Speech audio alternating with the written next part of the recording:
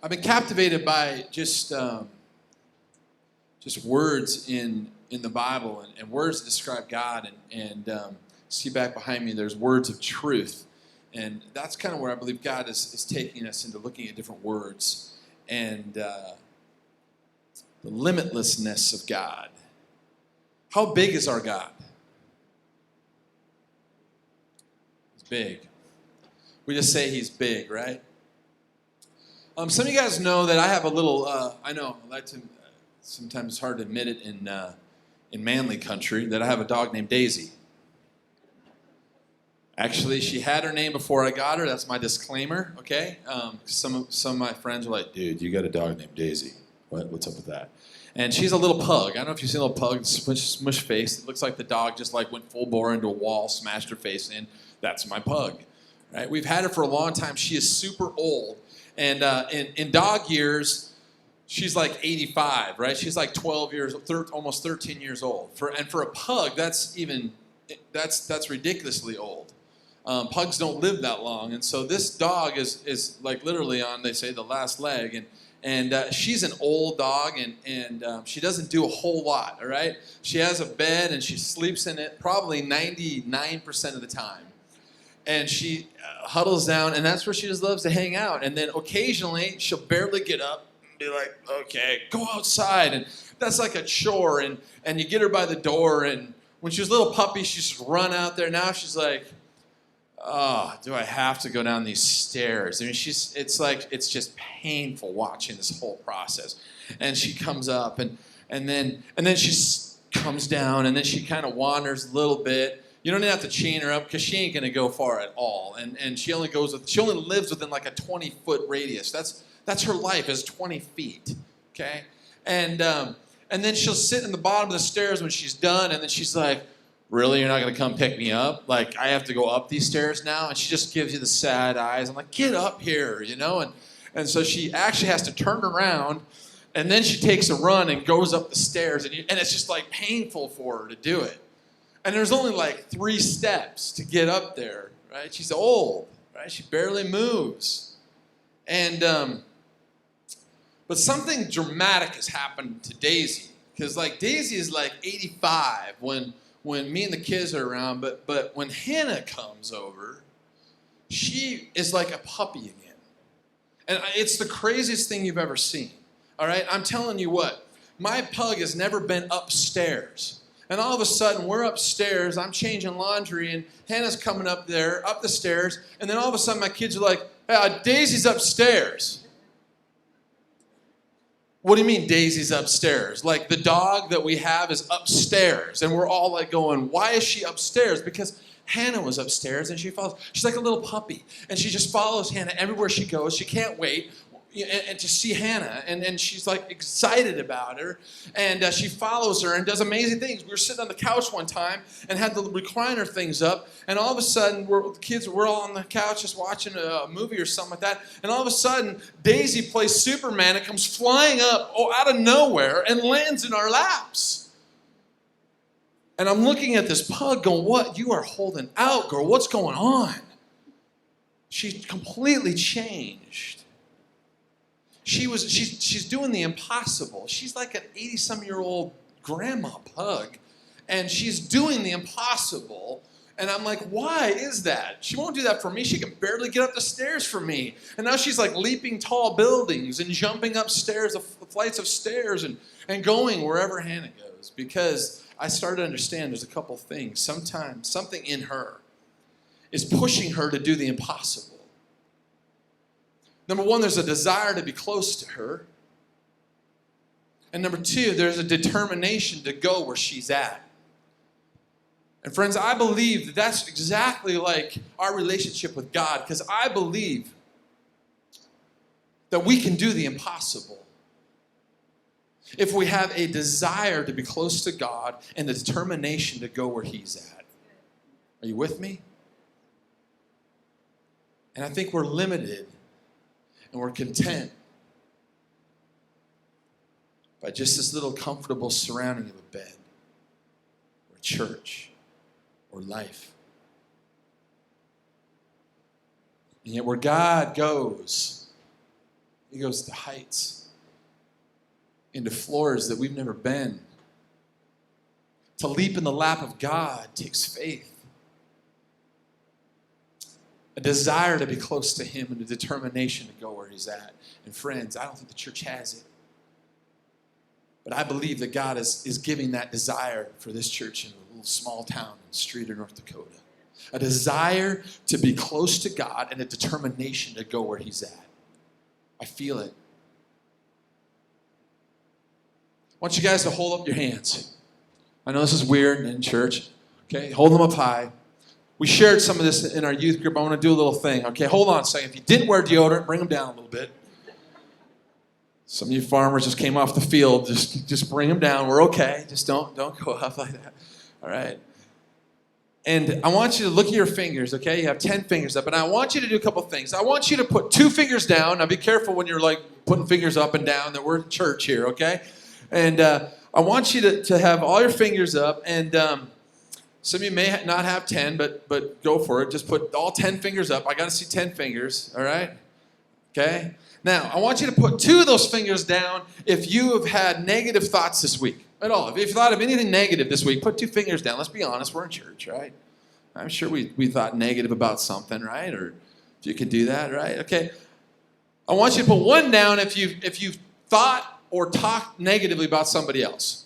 Let's be honest. If you just thought it, right? We're in church. I don't want to pray diarrhea upon you, so let's be honest, okay? All right, so now let's be honest. Here we are. Okay. Let's put one more finger. Let's put 1 finger up if you prayed more than 10 minutes a day to God. All right. Now let's put 2 down if you did something stupid. Let's just be honest, right? If you did something stupid, so you guys are running out of fingers. We can move to toes if you need to, okay? I mean, already we got math people Number 1, put 1 up if you read the Bible every day. Put 1 back up. Put 1 back up if you shared your faith with somebody this week. All right? Why don't you put 2 down if you felt depressed or discouraged in any way? Put 2 down this week. All right? Losing fingers. Put 1 down if you worried about something. If you had some worry going on, you're worried about something. And then put 1 up if you worshiped Jesus today during our worship time, right? I'll give you a freebie, huh? All right, now I want you to look at your hands. Some of you guys all have 10, some of you have 5, some of you have 7, some of you can put your hands down. But I want you to look how far you were away from where we started, right? We started with 10 fingers, and then we moved, and they were all based upon choices that we made this week. Do you realize that? The power of choice. We can choose to have negative thoughts. We can choose to think or talk bad about somebody. We can choose to pray to God. We can choose to do something stupid. We can choose to read the Bible. We can choose to share our faith. We can choose to be discouraged. We can choose worry. We can choose worship. All those things are choices. And so often when life comes at us, we don't think of them as choices. But I'm telling you what, we were a far cry from where we started. And I see so many Christians, and even the struggle that I've had in my life where you come to this process and you start out and everything's great, but then life happens and you lose perspective and you lose what you had before. But I'm telling you what, I believe that God, and we look at these 10 fingers, I believe that God is far beyond the 10.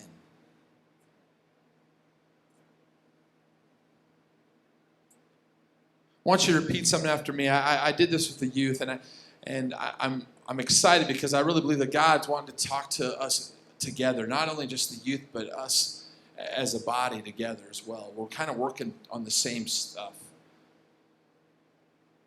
And I really believe that we need to make positive choices. I believe, and I want you to repeat after me, okay? When I say 1, 2, 3, I want you to say, this year will be the best year. Okay? Ready? 1, 2, 3. This year will be the best year. Right? That wasn't convincing. 1, 2, 3. This year will be the best year. All right, I want you to stand up because you guys are loafing on me, all right? I'm going to keep going until I feel satisfied that you're going to say it right. 1, 2, 3. This year will be the best year. Right. I want you to say it like you mean it, all right? 1, 2, 3. This year will be the best year. 1, 2, 3. This year will be the best year. That's still weak sauce. What's going on? That's still weak sauce. You're not believing it from your heart. 1, 2, 3. This year will be the best year. You can sit down. Give yourselves a hand. I may just say it, but how many believe it? How many believe that this year will be the best year?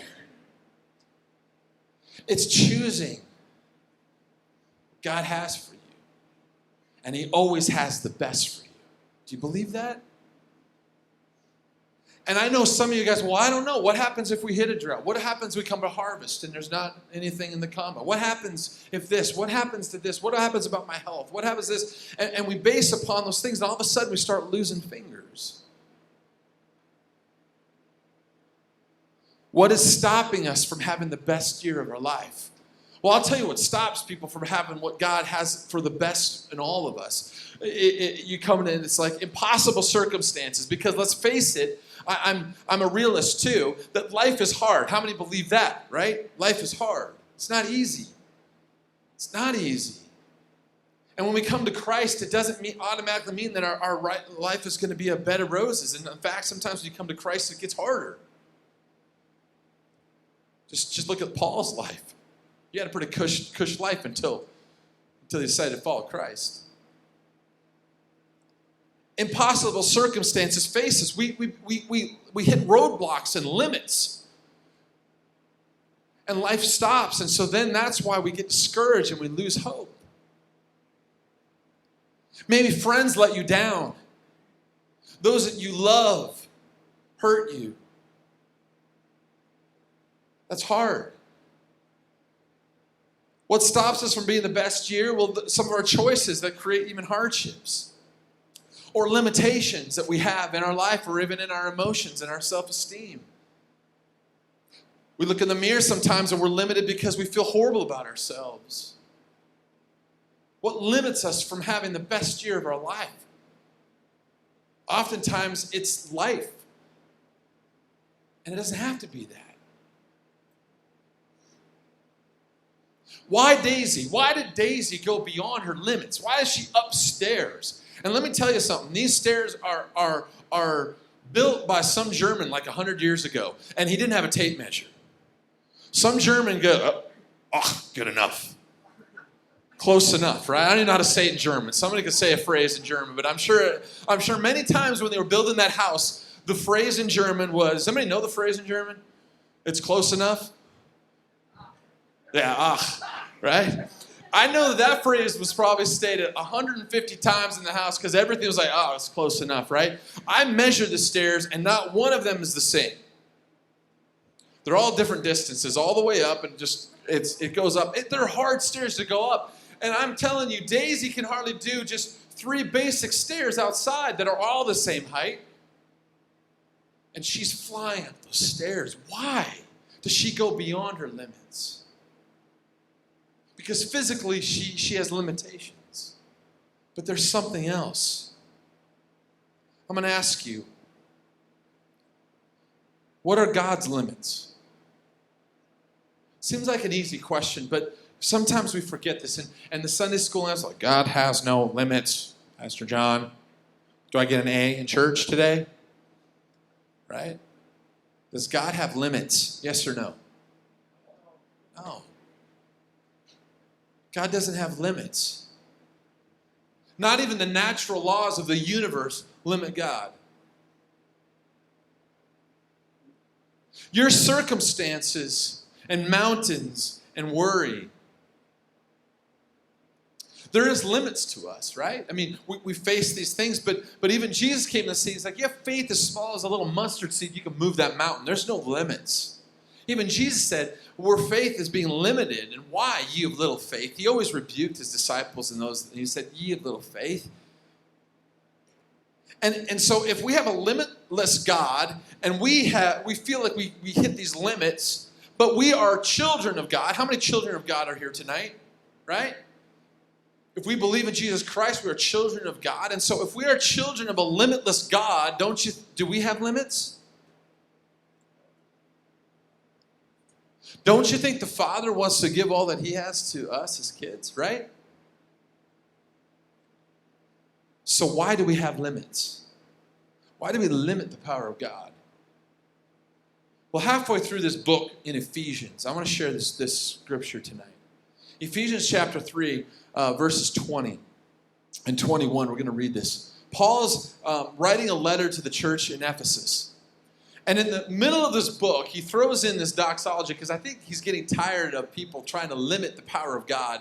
And Paul throws this little doxology out, and he says this. Midway through this book, he says in Ephesians chapter 2, verses 20, he says, "Now to him, God, who is able to do immeasurably more than all we ask or imagine, according to his power that is at work within us, to him be the glory in the church and in Jesus Christ throughout all generations, forever and ever. Amen."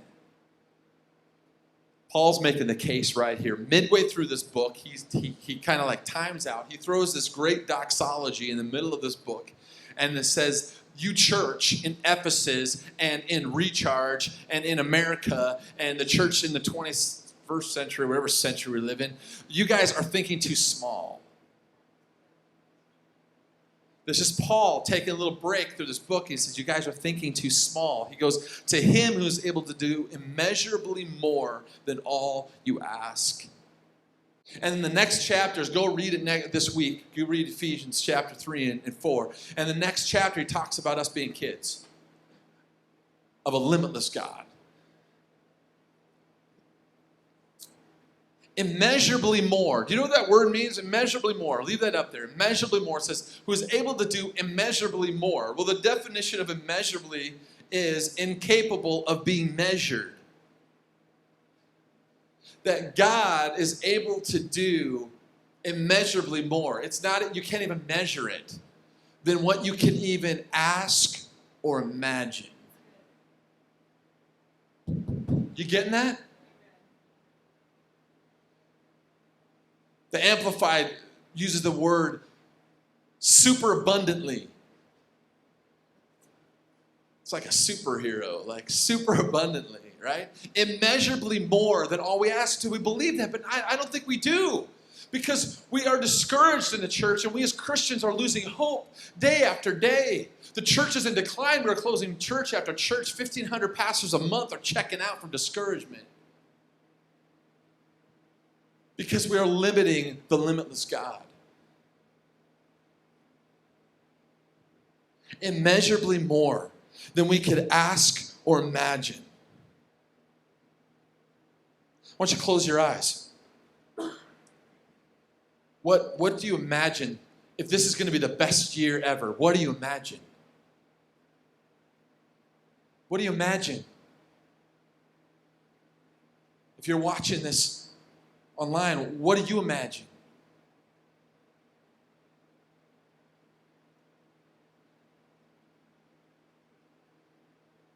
What would make this the best year of your life?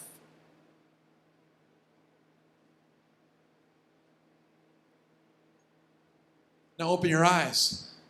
Whatever you imagine, God can do even more than that. He can blow your mind. I'm speaking metaphorically. According to his power. He wants to take the church and he wants to open up the floodgates. I really believe that as we come to the last days, we just studied the book of Daniel. We came out of it, but I really believe that we are living in the last days when Christ is going to come back again. And in those days, he said he's going to pour out his spirit on all men. And I believe that the church, he wants to bust open these doors and these limits and this box that we put him in, and he wants to show up in a big way. He's a limitless God, and we are his kids. We're the kids of a limitless dad, our Abba Father. He wants to do way more in your life. He wants to do way more in mine. He's not done with any of us. If you have a pulse tonight, he ain't done with you. And what you're thinking is too small.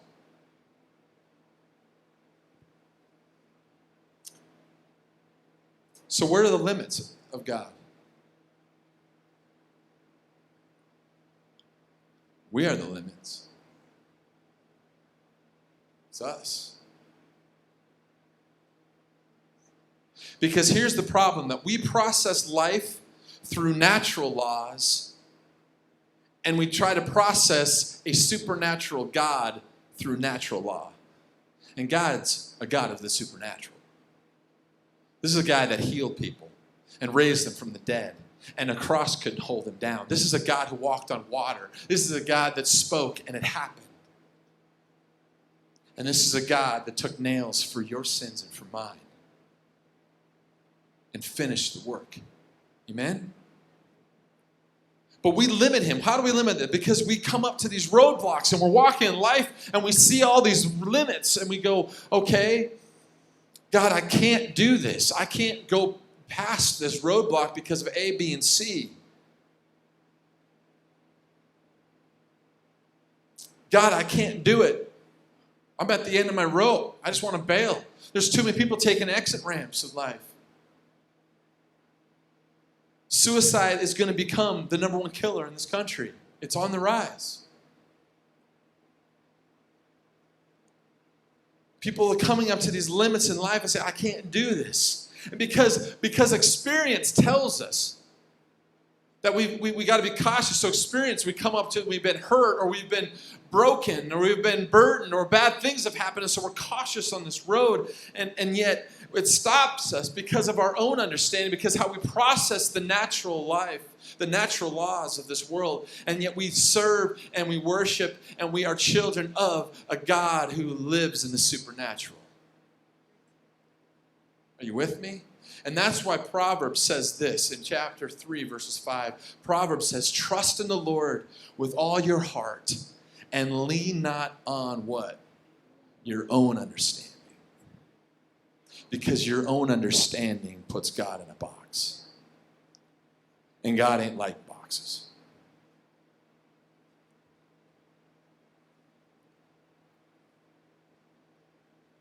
So Daisy was doing a little puppy thing, running around, and we all wanted to go for a walk and a bike ride. Lauren's like, I want to go for a bike ride.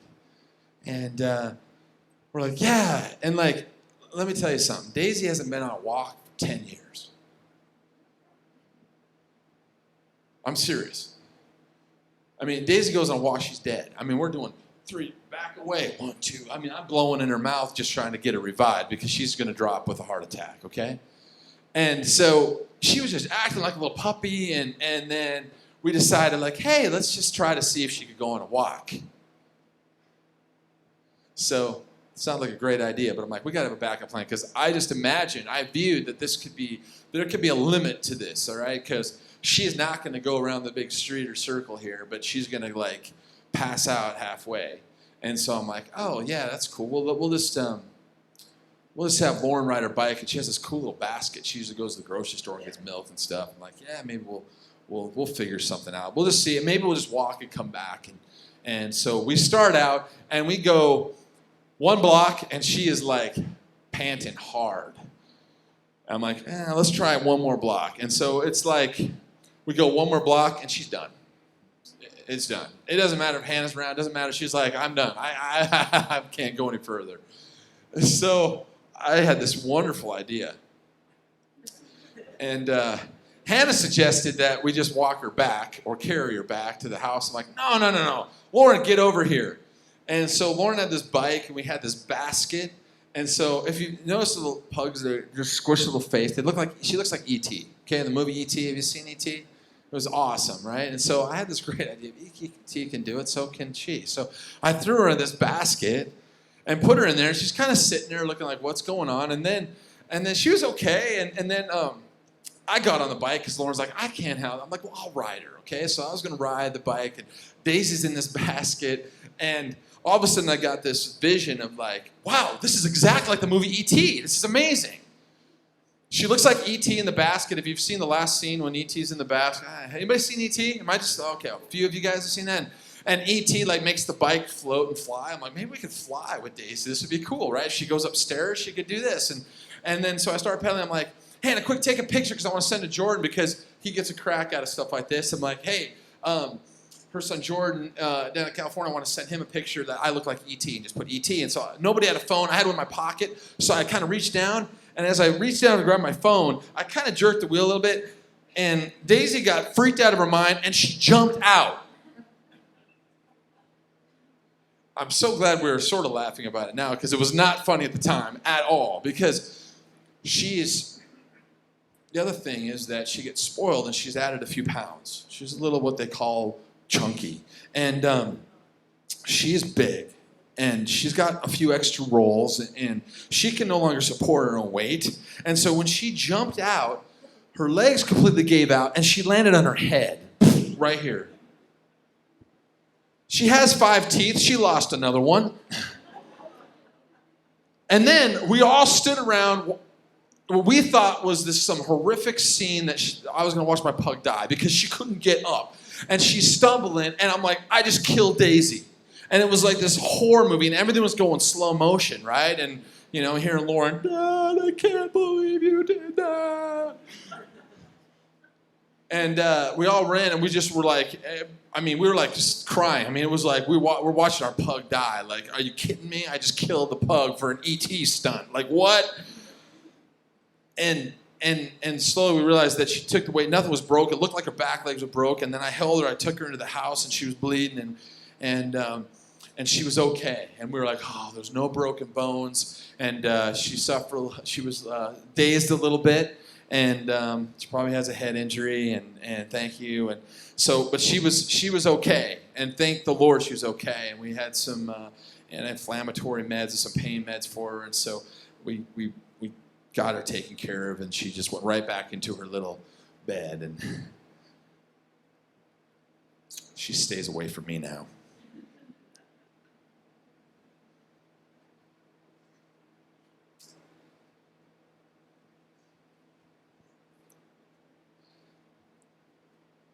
Why am I telling you this story? Well, I believe it has a lot to do with our faith. Because in that moment, it was scary for her, and she's a senior citizen pug. She just doesn't go play bingo. And what overtook her that she thought she could leap out of this thing? Because in her little mind, she was like, yep, this is better than that guy pushing the bike. I'm taking this. And fear completely overcame her. She got afraid and she got scared and she jumped out of the basket and she could have died. It was horrible.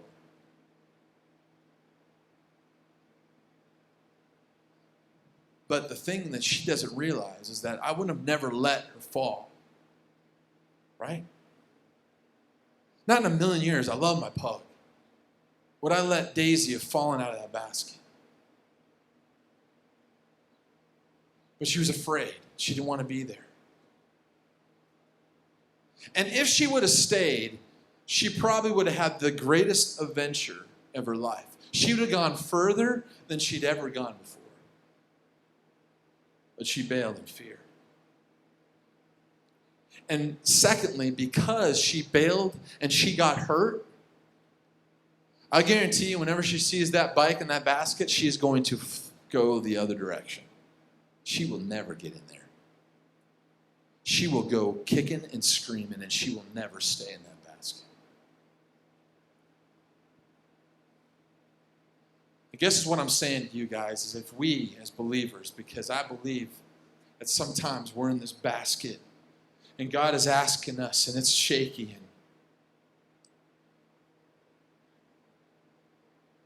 But if you dare to stay and trust,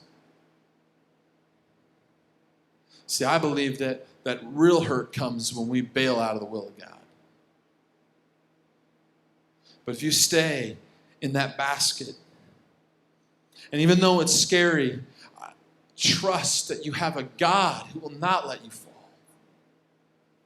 But he wants to take you on an adventure and a journey that will blow your mind. If you let him. You will go further than you've ever gone. But if you bail in fear, you probably will just be content and never venture out again. And that's what's happened to Christians. This is what's happened to the church, is that we let pain and fear and all these things dictate this journey, and it limits our limitless God.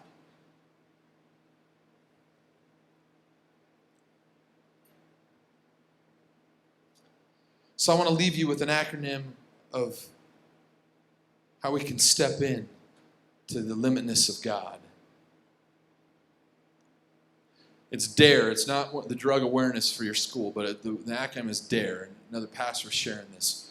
It's D.A.R.E. First of all, D. Write this down if you have it. You can write it on your neighbor's hand if they have a hand handy. Whatever, write it on something. But D.A.R.E. The first letter is D. Decide that God can do more. I really believe that we have decisions, even in the midst of roadblocks that come at us. Remember those fingers that I held up at the beginning? That we have choices in our lives on how we react. Sometimes you can't change circumstances, but you can always change your response to them. Amen? Anybody believe that? That we have choices in any circumstance. You can change the response to them. I love that story from Matthew West, who wrote the song called Forgiveness. And he wrote it about this mother, and her daughter was killed by a drunk driver. And he got sentenced to like most of his life in prison. And this mother decided, even in the midst, she couldn't change the fact that she lost her child, but she said, I can change my response to it. And she started praying for this guy that killed her daughter. And she went before a judge and asked that, she's like, listen, my daughter's life was taken, but please don't take his life. He still has life to live. And she pleaded with the courts years after he'd been convicted and sent to prison to reduce the sentence. And she led him to the Lord. She changed her response to a horrible, horrible situation.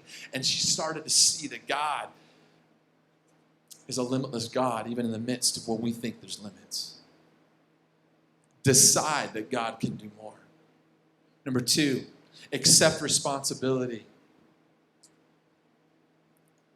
If you're a victim, then you're going to stay in that victim mode, and that's what happens. A lot of times we can blame. Daisy can easily blame me.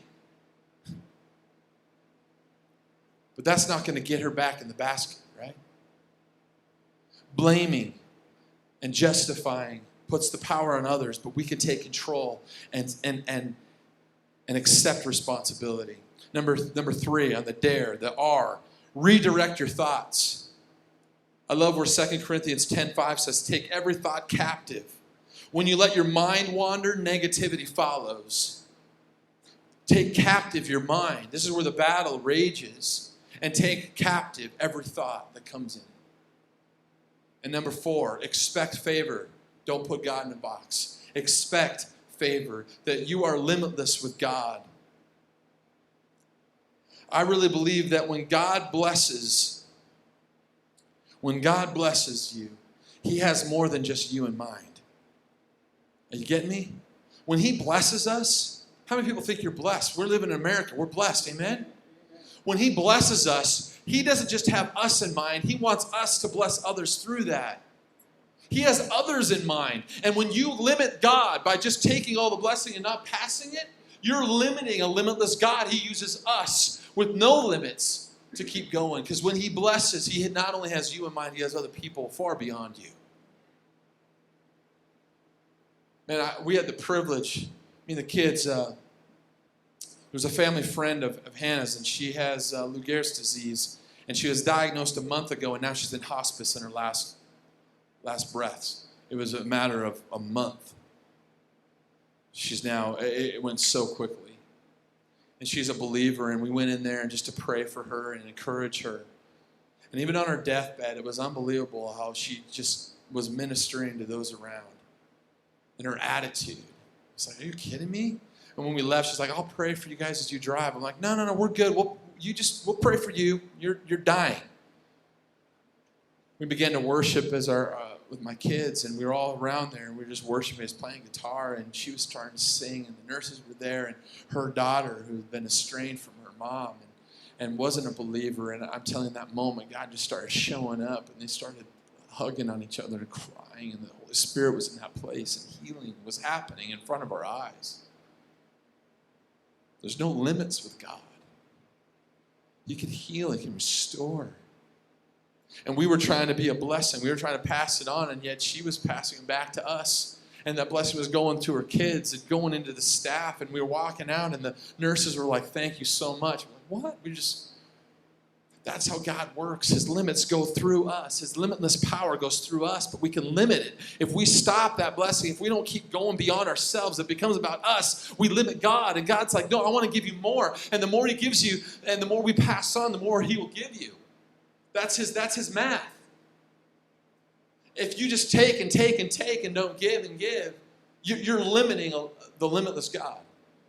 You're becoming a block to the power of God. Decide that God can do more. Accept responsibility. Redirect your thoughts and expect favor from God, because He wants to keep you.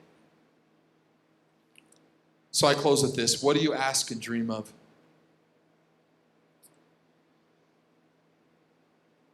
Because this is where we have a choice. We could be like Daisy in that little bed. Now, I'll be honest with you. I've been a senior pastor since I was 22 years old. I'm almost 42, so do the math. And I've seen a lot of people in church that just want to be comfortable in the bed. They just want to come, and they just want pastor to stroke their head. Occasionally when they have a need, I'll let you out here. Come on. Come back in. Will you pick me up, pastor? Okay. Just be comfortable. We don't want to make you uncomfortable. God lets us do that. We have a free will. We have a choice. We can be content and comfortable because there is limits. Daisy is old. We can say, God, I've been through all this. I just want to be comfortable. I just want it to be about this for me, this comfort zone. But I'm telling you what, today, who wants to leap in the lap of God? Risk the adventure of the second floor.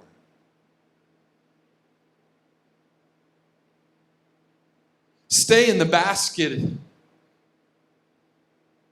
Scary. Or bail out in fear. Friends, I believe God is calling us to leap in His lap, to explore the second floor, and to stay in that basket and hang on.